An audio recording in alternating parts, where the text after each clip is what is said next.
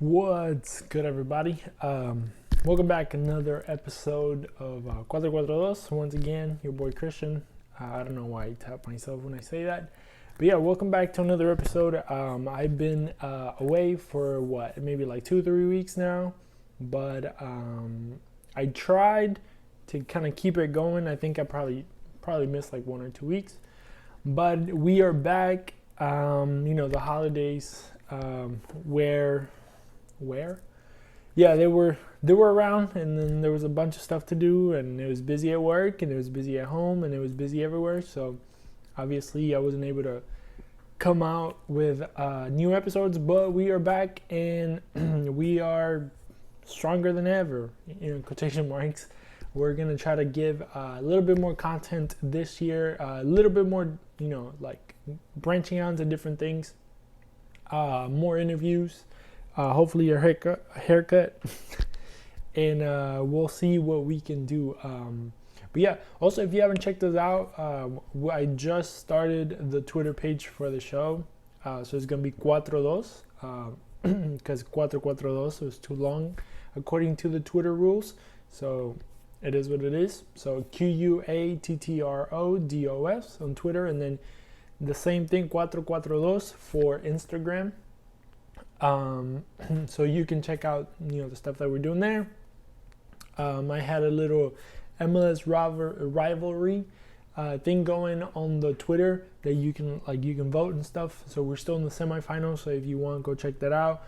It's almost done, but it's been pretty fun. I've been doing a lot of Googling, a lot of Wikipedia, but it's been fun kind of learning about the different rivalries in the MLS, kind of getting to know the teams and what they kind of like fight and fight against each other and why, and how rivalries came about, from being just from like dumb things to like kind of very important things, or just like being too close to each other, or just being, I don't know, just hated rivals, like different cities and stuff like that. But it was fun.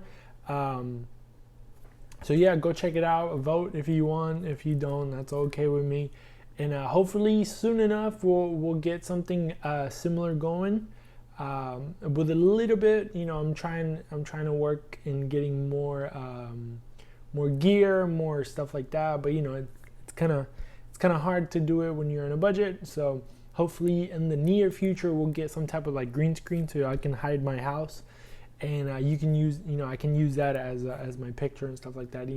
Kind of transitioning more into the video. I would always do the podcast. The audio version will be always available, but I'm trying to like not move into the video, but it's cool to have a video component just in case you want to look at something sometimes, or like sometimes I want to break down certain things, certain goals. I want to react to videos, or like certain goals and stuff like that. So it would be cool to have that video component as well. But for that, of course, you need money. And when you're doing everything solo, like the way that I'm doing, sometimes you don't have that. So, it's more like a passion project. So, sometimes you need a couple of sponsors here and there to help a brother out. So if you have it in your heart, you can hit me up. We'll figure something out. We did our first giveaway. We are sending out a bobblehead to Rubio. I forgot his name, but I know Rubio is on his name, so shout out to him.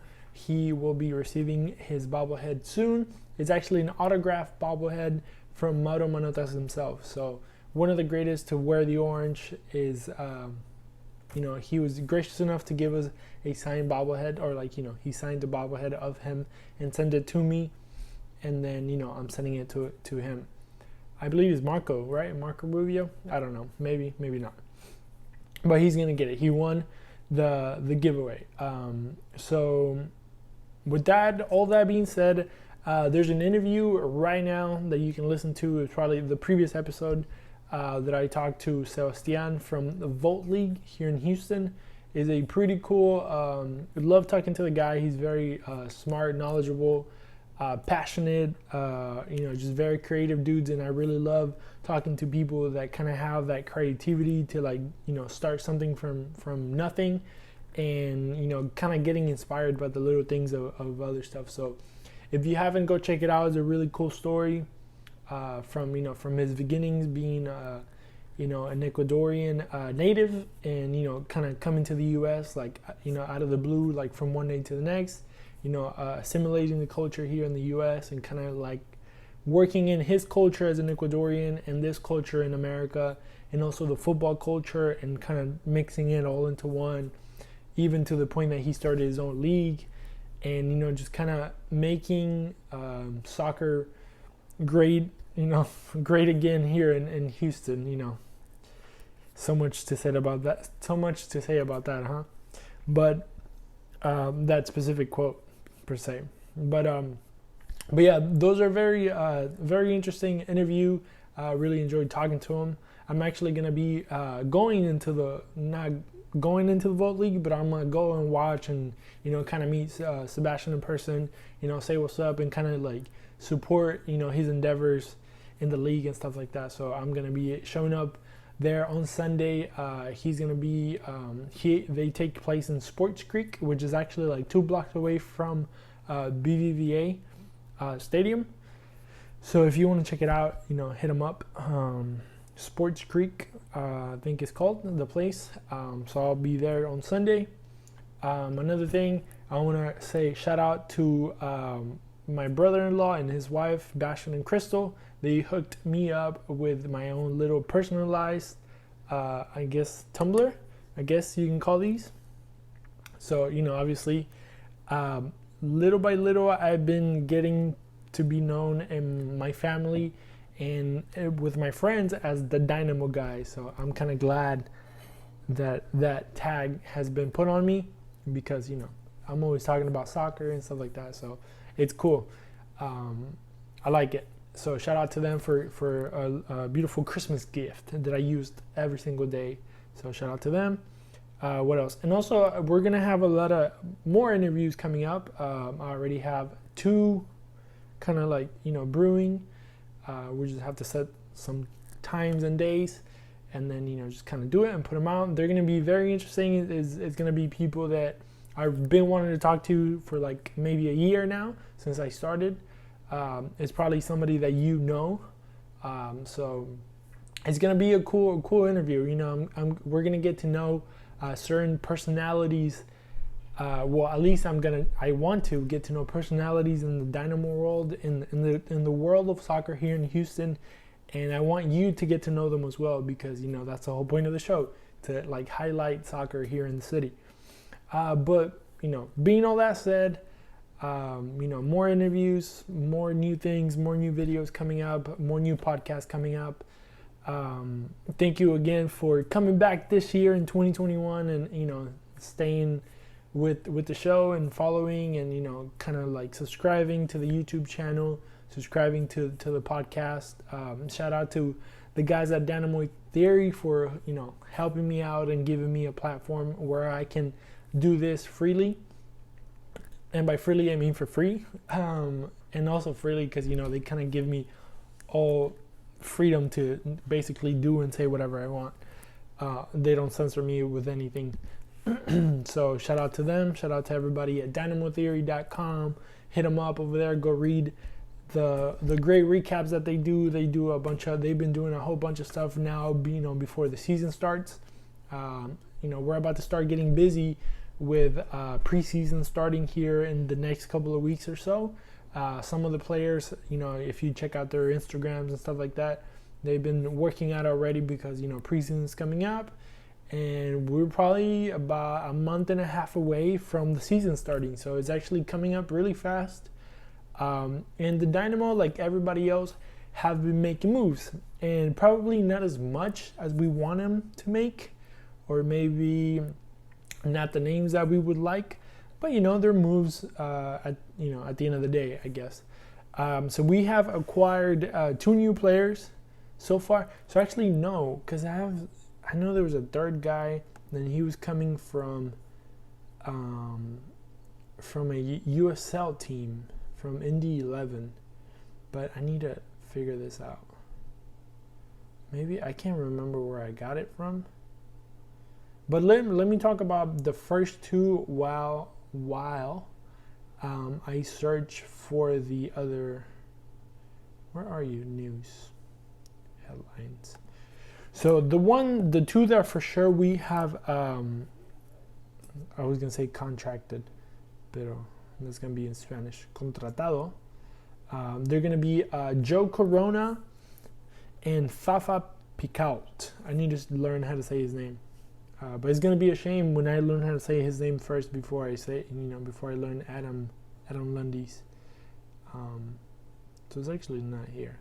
It's not on the Dynamo website. It's probably somewhere on Twitter. So we're gonna go into the Twitter sphere, but we probably won't find it.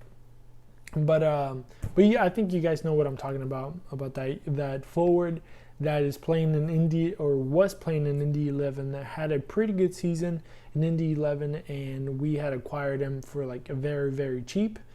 I don't think we saw any official news on him. I really don't know his name, honestly, but I forgot. I should have wrote that down. But yeah, Joe Corona, he has played for the U.S. men's national team. He is a national team player. Came from, if I'm not mistaken, got picked up by Austin in the expansion draft from LA Galaxy, if I'm not mistaken, and we kind of stole them away from. Let me see. Let me go to. Who should we go to? Let's go to Foxtrot, because this dude, he knows what he's talking about, and we'll probably find it somewhere in there. But yeah, we basically stole this kid from. We stole this guy from Austin that had picked him up from. I'm gonna write this down. Hold on. There's something cool brewing in the city. But we'll talk about that later. So yeah, Joe Corona, men's national team. It's supposed to be a really, really good player. Honestly, I can't remember of anything of him playing. But to what I hear, obviously, to make it to the men's national team, you must be really good. So, we'll give him the benefit of the doubt, and he's really good. So he's more like a defending midfielder, to what I hear, like a number 8 in a way. There you go. Found it. Yes. I found it. So it's Tyler Pasher. He's headed back to the. This is from Jeff Reuter. From where is he from? From the Athletic, of course. So Tyler Pasher.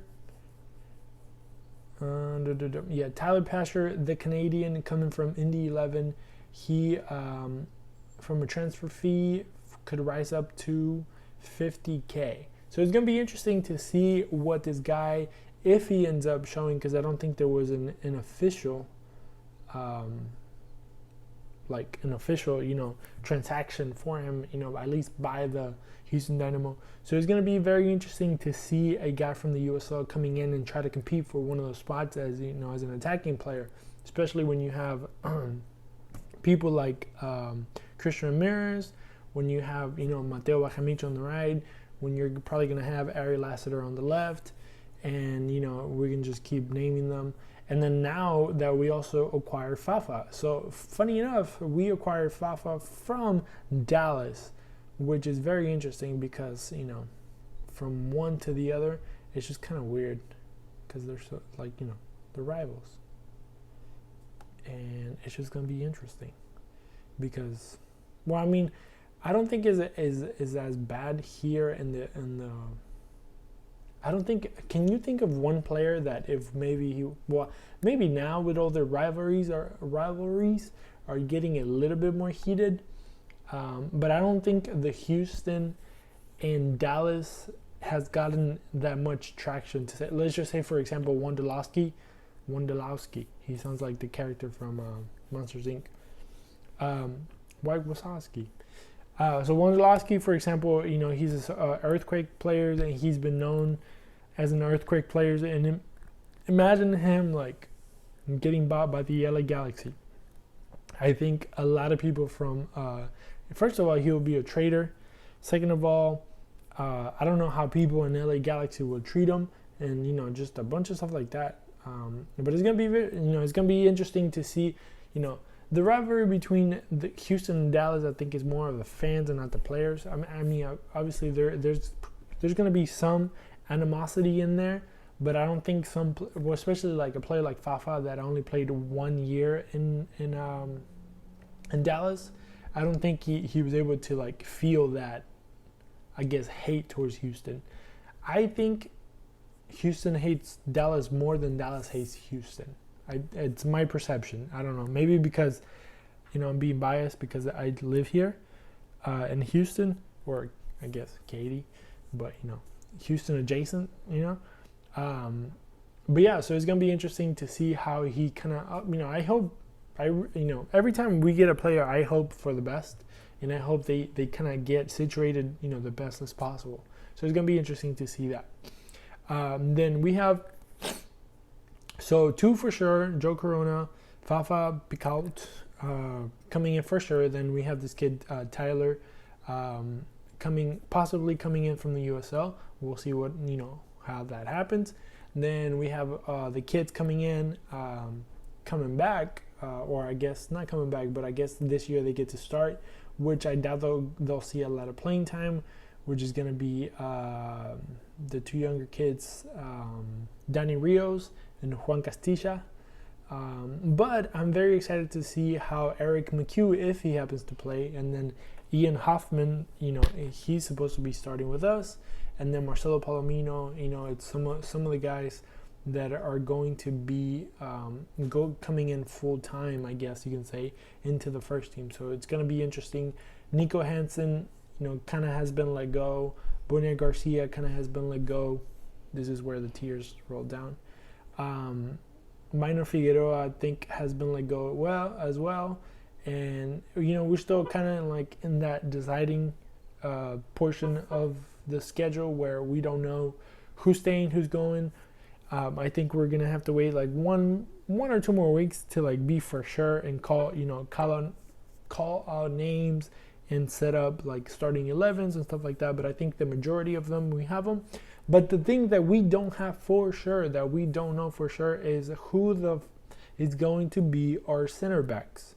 Is it going to be Kiki Struna? Actually, right now, today, Friday the 8th, there has been some rumors that there's a potential of 2 teams in the Italian Serie B, the 2nd division of Italy, that would like to, acquire his talents, I guess. So Kiki Struna was only here 2 years. I think he's the highest paid player in the Houston Dynamo. So if he happens to leave, so that's gonna leave a big gap of money where the Houston Dynamo should be. And I pray to Lord Baby Jesus that Matt Jordan does something good for his life. Coming back for that 1 year, this is a trial period for him, and I hope he makes the right decision to bring a really good center back. Bro, I know I'm probably asking for too much, but Zimmerman from Nashville seems like a great guy. I would love to have him, but I know it's probably not possible. But it is what it is. You can only dream, right? And then another center back, I guess, or one of the center backs that we potentially had was the youngster Kyle Adams, that is actually going. I actually saw this earlier today, that he has been acquired by the Real Monarchs out of Real. So I like the USL team over there. So, 2 center backs out. Figueroa is potentially out. Victor Cabrera wasn't renewed, which I really liked. The only players that we have right now are Eric McHugh and Alejandro Fuenmayor. So it's gonna be interesting to see what happens, because we have the young guys that Tab wants, but then do you want that experience? Do you want somebody that knows what they're doing, or do you go with the young? Even then, like, you still need like a third guy at least, because there's only 2 kids. So it's gonna be interesting. It's gonna be interesting for sure. But I think in the next coming weeks. I think the transfer window just opened, and I think we have a few more weeks till it closes down. Honestly, I don't know, but I should, this is my podcast, and I do my research the way that I do it. But for the other news, you have all the other podcast things. But like, for example, like follow the Foxtrot, follow, all these guys that kind of have a better understanding. Me, I do this. I give my opinion, my expert opinion. Another thing that happened while we were away was the Dynamo and RGV restructure the contract. So that means that RGV now has a little bit more of autonomy. So a lot of people were celebrating kind of like Independence Day for RGV, because now they're going to be in charge of their soccer operations, of their player selection, of their coaching and technical staff selection. And for the first time in their history, they're going to be able to play the US Open Cup. So it's going to be interesting. I'm going to be rooting for RGV, of course, in the US Open Cup, and hopefully they can make it far. And who knows, maybe get a championship under their belt. But who knows, the US Open Cup is just like open for surprises, open for everybody. But it's going to be cool. At least they're going to be, they're going to have something else to compete for other than the USL Championship. But it's going to be cool to see who they hire as a new coach. It's going to be, especially because the season is literally coming up. And also they need players. Like a lot of players have signed with different teams. A lot of their main starting players, a lot of their veterans have unfortunately left the team because of the way that it has been managed so poorly by certain people that we will not mention. So hopefully RGV can get back on track, and hopefully this almost full independence can give them a little bit of better traction into what's coming up next. And another thing, and the last thing that I'm going to finish off, is that there's a group of creatives in Houston, Texas. I don't know them. They don't know me probably. But I want to just appreciate their work. So it's the guys from Screwston F.C. Screwstone. I don't know. I'm used to saying it that when you actually think about it, you're like, wait, what? But Screwston, Texas, or Screwston FC, the guys with the purple jerseys, with the screw tape, with the DJ Screwface on it, they're coming out with really cool content. So actually a lot of those people are the creatives that have worked or work for the Houston Dynamo. So anything that is related to creativeness, I support, and everything that is involved soccer, I will support, and everything that involves, my fellow Houstonians or my fellow, people that worked in the Dynamo, I will support. So if you haven't checked those guys out, check them out. It's kind of like in this trend that we are seeing now more and more of these fictitious, that's a hard word. Fictitious, I can't say it, my bad. Fictitious clubs that basically they're fake clubs, but they have really, really cool merch. So if you have a fictitious club and you are the president of this fictitious club and you would like to put your club out there, hit me up. Let's have a chat. I would love to. Well, I'm actually soon. I'm gonna hit these guys up and be like, hey, can I have you on? So I'm gonna have them on. So I don't know. They have to say yes. But hopefully they say yes. Hopefully we'll get them on, do a little interview and just kind of go deeper into the ideas, into their head. And hopefully you guys will enjoy that. So other than that, that's everything for now. I think hopefully we'll have more information in the next coming up week. If not, then hopefully I'll have those interviews. But as for now, welcome to 2021. Probably hasn't been the best start to the year, especially with everything happening in Washington, D.C. But, let's keep supporting soccer. Let's keep supporting our boys in orange or black. And, let's keep supporting the Houston soccer scene. Go check out your indoor places. close to you. Check out those leagues that are close to you. You know, go check out those Sunday leagues. Go check out those fictitious clubs like Screwston F.C. Go check out the Vote League with my friend Sebastian, and you know, just support everybody, and you know, for the love of the game, why not, right? So 442, we're out. See you guys later. Y'all have fun, be safe, and don't do anything stupid, please. And don't say anything stupid, because we have a lot of people doing that. Later.